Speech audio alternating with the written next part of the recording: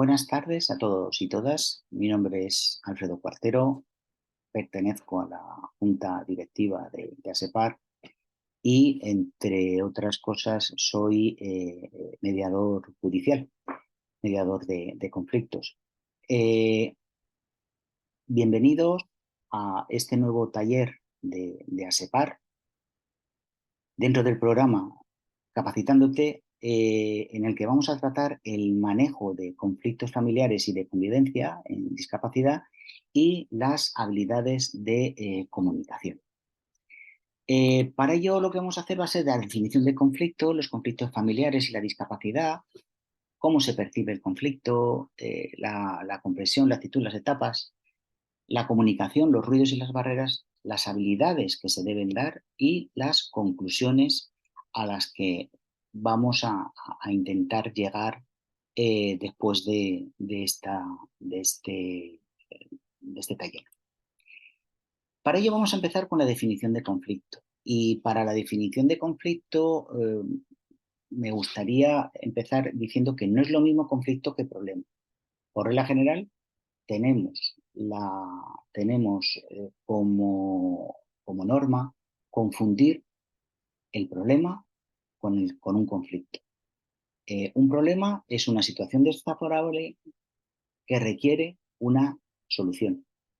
Un conflicto es esa misma situación desfavorable que requiere una situación, pero en la cual se mezclan intereses, necesidades, valores, es decir, deseos, sentimientos, ideas, ¿vale? Que hacen que frente a otra persona que tendrá sus ideas, sus deseos y sus sentimientos, se choque. Entonces ahí es donde tenemos un conflicto. Por eso, para, para, para hay que distinguir lo que es el problema, que el problema podrá tener solución o no, y el conflicto, que el conflicto en la mayor parte de las veces puede llegar a tener solución, ¿vale? Puede llegar a tener solución. Lo que pasa es que requiere del trabajo de cada uno de nosotros para resolver. El conflicto es realmente como si fuese un iceberg. De hecho, hay una teoría dentro de la mediación que lo explica así, ¿no? Eh, mm, ¿Por qué? Pues porque lo que se ve realmente del conflicto son las agresiones, la violencia, las mentiras, la violencia psicológica, pero lo que no se ve es todo lo que está debajo del iceberg, es decir, los intereses, las necesidades, valores, emociones involucradas, ¿vale? ¿Cuáles serían los motivos que dan pie a los conflictos familiares? Bueno, pues como punto de partida tenemos que iniciar en la familia, que es el primer contexto socializador por excelencia, ¿no? Donde los miembros que la forman evolucionan, se desarrollan a nivel afectivo, físico, intelectual, según modelos vivenciados o interiorizados. Bueno, ¿cómo se generan estos conflictos dentro de la familia? Es decir, dentro de lo que es la pareja como tal, la pareja con los hijos, entre los conflictos entre los hermanos. Bueno, pues se generan porque existen diferencias en cuanto a intereses, necesidades y deseos de cada uno de ellos. Existen diferencias de opinión sobre cómo hacer las cosas. Existe un criterio a seguir para tomar una decisión y hay una diferencia de valores, ¿no? Es decir, muchas veces, por malos entendidos o bien porque no nos comunicamos o nos escuchamos de la forma correcta, no nos escuchamos bien. Claro, si a estos conflictos familiares le añadimos la situación de discapacidad, bueno, pues en la situación de discapacidad en la que uno o varios miembros de la familia que conviven, bueno, pues se complica la realidad respecto a lo esperado y las expectativas antes de esa situación de discapacidad, ¿no? Todos los roles en los miembros de la familia cambian, todos, absolutamente todos. El periodo de aceptación depende de factores emocionales, personales, de la dinámica familiar, las relaciones de pareja, los apoyos sociales. La aparición del conflicto dependerá de la capacidad de adaptarse a la situación. Eh, y ya que muchas veces los sentimientos familiares hace que se nieguen, que se oculten, siendo un motivo adicional de posible conflicto. Es decir, la aceptación, la negación, el enfado, el miedo, hace o da, provoca un desgaste emocional tremendamente importante a los conflictos normales que se pueden llegar a tener en una familia. Aunque tener discapacidad no debe suponer la pérdida del derecho a decidir, evidentemente, ¿no? Las barreras y necesidades no cubiertas hacen que las interrelaciones no se produzcan en términos de igualdad y que no se respeten los derechos. ¿Qué barreras pueden existir en la discapacidad? Bueno, pues la verdad es que la discapacidad genera muchísimas necesidades de apoyo, de dependencia y gran consumo de recursos físicos y psicológicos y sociales, eh, que hace sentir a la persona como con menos derechos que los demás, por ese agradecimiento y necesidad continua de tener a su lado a su familia y a sus cuidadores, ¿no? Existen barreras de forma sensorial, físicas, de comunicación, de percepción social y familiar de la discapacidad, la baja autoestima y la desvalorización de la persona con discapacidad, es decir, la no normalización de la imagen física, por ejemplo, en una persona con discapacidad, eh, o su afectación de la movilidad, le provoca un aislamiento social. eh, y esto lo que hace o provoca es que amenaza su dignidad y autoestima, ¿no? Y genera serios problemas para su confianza y su comunicación, así como para su integración. La sobreprotección de la familia, los valores y las capacidades diferentes, los objetivos diferentes. Es decir, que con la vulnerabilidad aumentan las disputas y desacuerdos. Es decir, surge lo que estamos denominando un conflicto. Es decir, cuando las partes no están dispuestas o no son capaces de ceder una frente a la otra, ¿no? A sus demandas y a sus necesidades. Existen conflictos de valores, de autonomía de la persona con discapacidad frente a la sobreprotección por la familia y cuidadores, como por ejemplo, quiero ir a comprar y no me dejan, como en casa no vas a estar mejor que con nadie, no salgas, que los niños se van a reír. Existen conflictos de relaciones personales, la miran como si valiese menos. Incluso a veces piensan que con una discapacidad física piensan que también tienen una discapacidad intelectual, ¿no? Y siempre parece que se tienen que estar luchando contra la mirada de la deficiencia, ¿no? La gente siente lástima por mí, ¿no? Conflictos de intereses en cuanto a valores y necesidades, que suelen ser conflictos de poder, de ganar, de competir, relaciones que no están equilibradas ahora mismo en la sociedad. Conflictos de información, la falta de información adecuada y suficiente hace que la persona con discapacidad no pueda tomar decisiones correctas. Y conflictos estructurales, que son los propios que se encuentra día a día en su casa, ante una falta de, por ejemplo, de adaptación de la vivienda. ¿En qué consecuencias tienen los conflictos generales en general, tanto en discapacidad como en familias sin discapacidad? Bueno, pues lo que nos generan es ansiedad y tensiones, miedos, inseguridad. Pero eso sí, hay una cuestión sumamente importante, es que si nos comunicamos y nos escuchamos de forma adecuada, nos ponemos en el lugar del otro y nos decimos lo que pensamos y sentimos sin agredir, nos sirven para aprender a crecer. Y todo depende un poco de la percepción del conflicto. Ahora mismo os plantearía una, una transparencia en la cual, bueno, pues diría, bueno, ¿cómo veis esto? Y alguien diría, pues yo lo veo redondo rojo o cuadrado rojo. Entonces yo os diría, bueno, Pero ¿quién tiene razón? ¿Quién tiene razón de los dos? ¿Es un círculo rojo o es un cuadrado rojo? Bueno, pues la percepción de lo que pasa no es igual siempre. Fijaros, tienen razón los dos. Si yo miro desde este lado, lo que veo es un cuadrado. Si yo miro desde este otro, lo que yo veo es un círculo.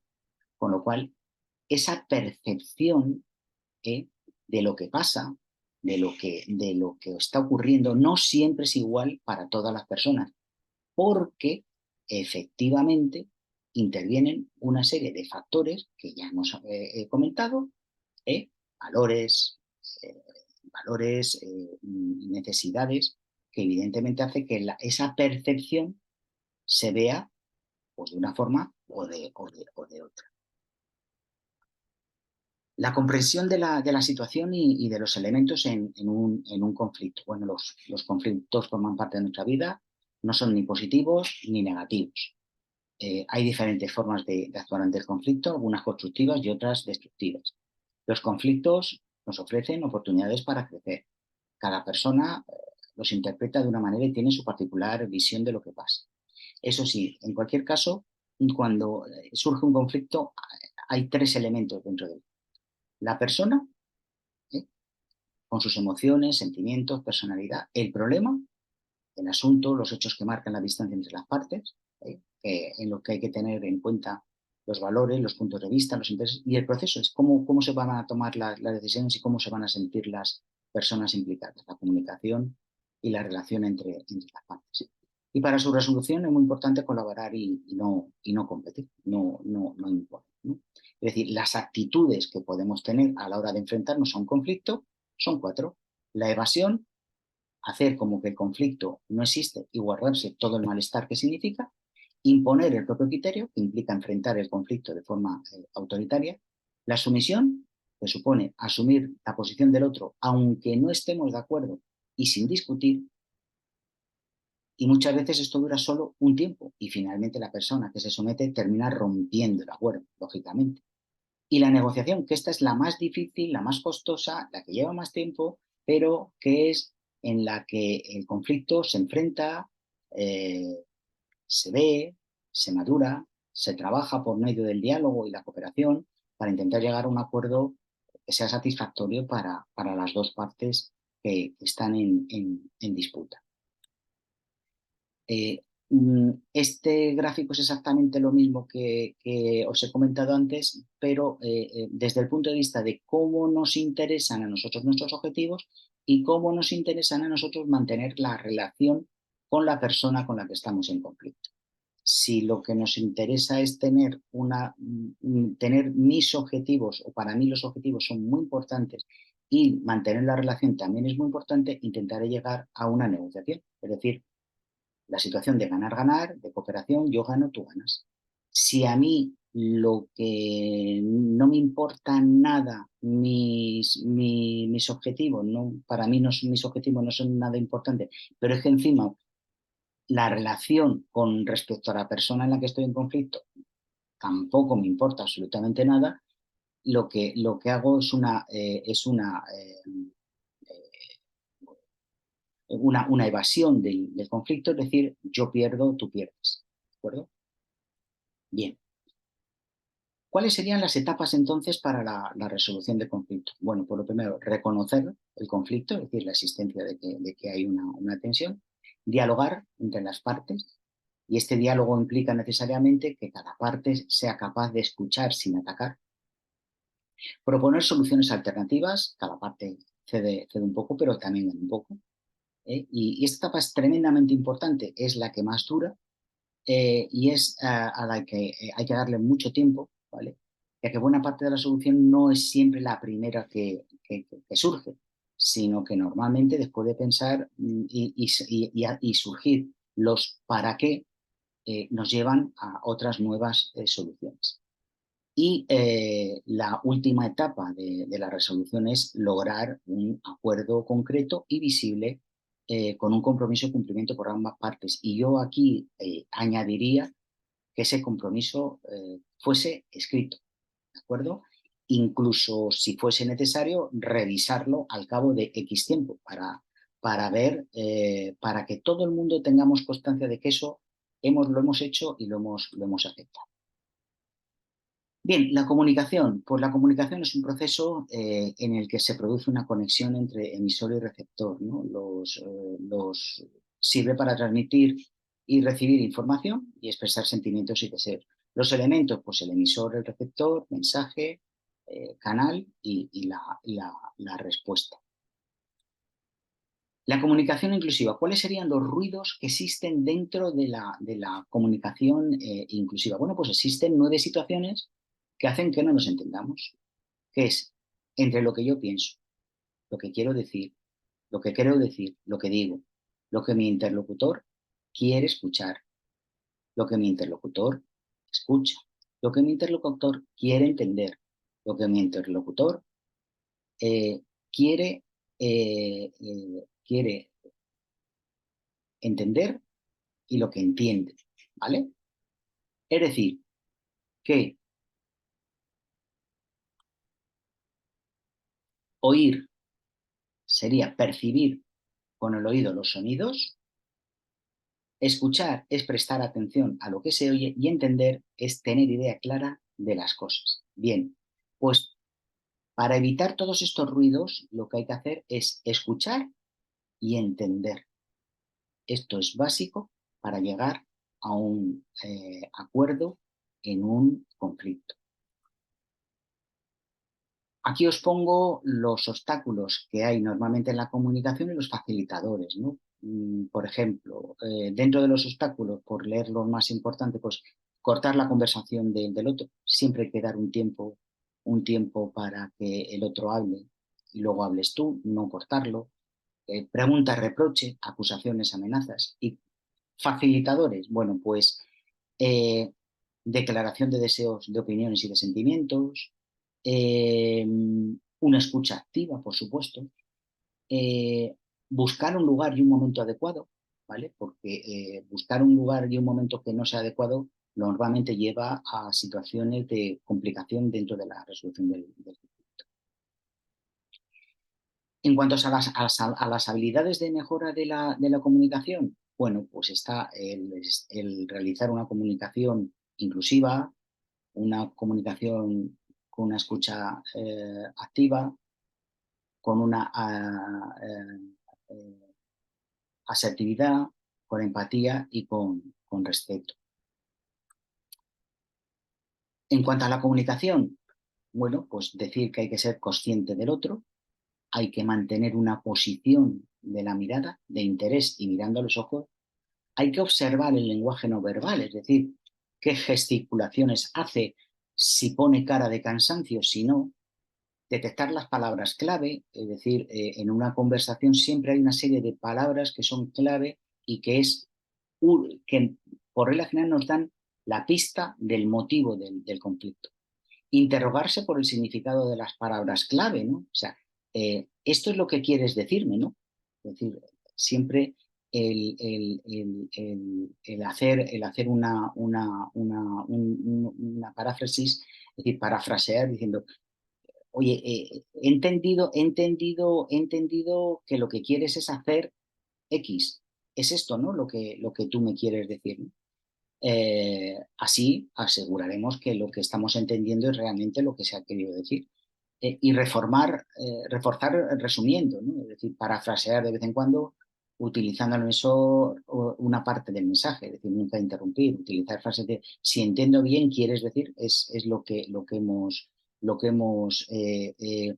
comentado anteriormente. Lo que pasa es que de la forma anterior es interrogar para, para obtener una respuesta concreta y aquí lo que estás es afirmando que lo que has entendido es lo que ha querido decir la otra persona.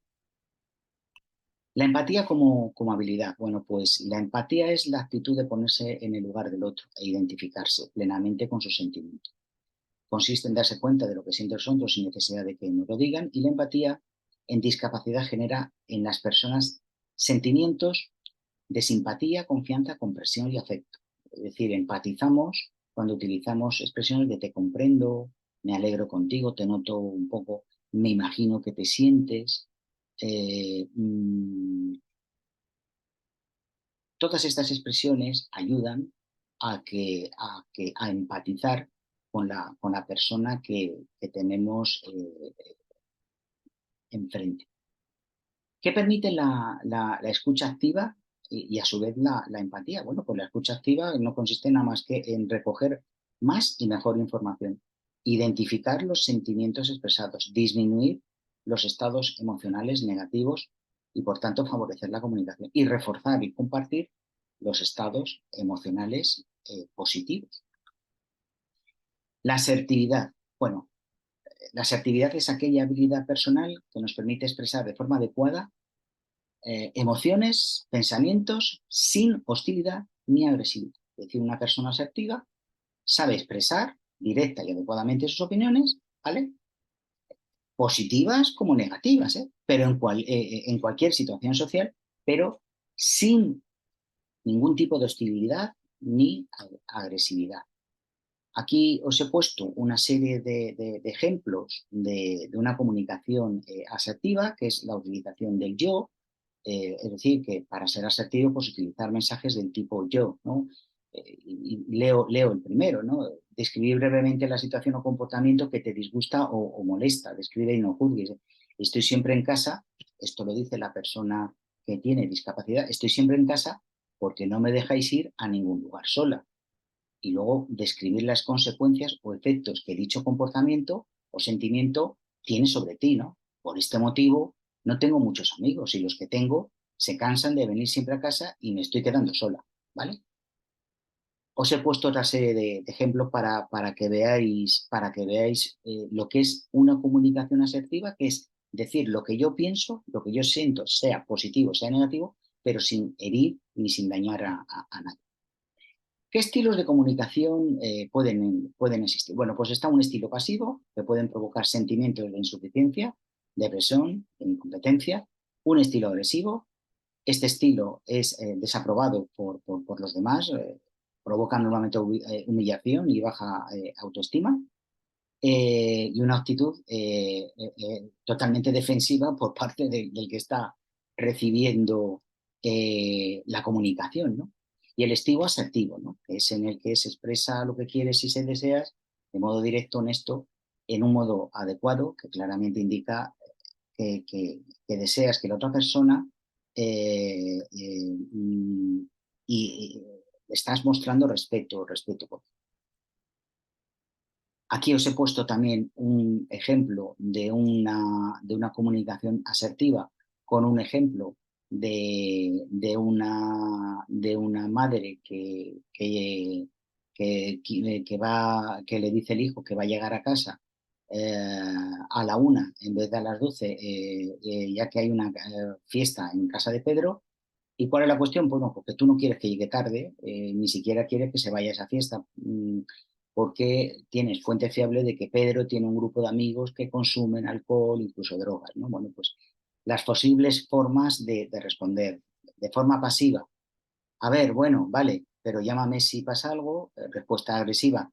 No me da la gana de que llegues tarde y si me protestas es que ni vas a la fiesta porque no me gusta un pelo esa gente que se junta con Pedro, y una respuesta asertiva, ¿no? Lo siento, cariño, yo entiendo que te hace ilusión estar hasta más tarde por tratarse de una fiesta, pero aún te quedan fiestas por disfrutar. Los chicos que estarán en la fiesta son mayores. Siento miedo porque pueden surgir situaciones en las que no sepas cómo salir. Te pediría que tuvieras un poco de paciencia y vamos viendo entre los dos flexibilizar los horarios poco a poco. Esa sería una respuesta. Bueno, los conflictos. Bueno, pues los conflictos siempre hay que verlos de una mirada positiva, ¿no? Es decir, los conflictos siempre suponen y llevan a una reflexión y comunicación para poder llegar a un acuerdo, ¿no? Y lo ponemos aquí en la gráfica, ¿no? Tenemos aquí a dos, pues dos caballos, dos burros, que tienen su montón de heno y claro, están atados por una cuerda y cada uno quiere ir a comer a su montón. Y por más que tiran, la cuerda no da de sí para que coma ninguno de los dos. Se tienen que juntar los dos, pensar y decir, oye, si llegamos al acuerdo de que los dos vamos los dos juntos, comemos de un lado y vamos los dos juntos y comemos de otro, llegamos a lo que es un acuerdo, ¿no? Por eso, siempre los conflictos hay que verlos de forma positiva. En definitiva, y por concluir, los conflictos se pueden gestionar de forma positiva o de forma negativa. Si los gestionamos de forma positiva son oportunidades de crecimiento. La escucha activa, empatía y una comunicación asertiva son habilidades que nos ayudan a resolver los conflictos y a veces es importante pedir ayuda para ser capaces de escuchar y empatizar, es decir, utilizar lo que se denomina la mediación familiar. Pues muchísimas gracias por vuestra atención y si queréis cualquier cuestión, queréis enviar cualquier pregunta, os interesa algo en concreto de lo que hemos estado viendo, ponéis un correo a ASEPAR, a coordinación de ASEPAR, y nos ponemos en contacto con vosotros para contestarlo. Muchísimas gracias y buenas tardes.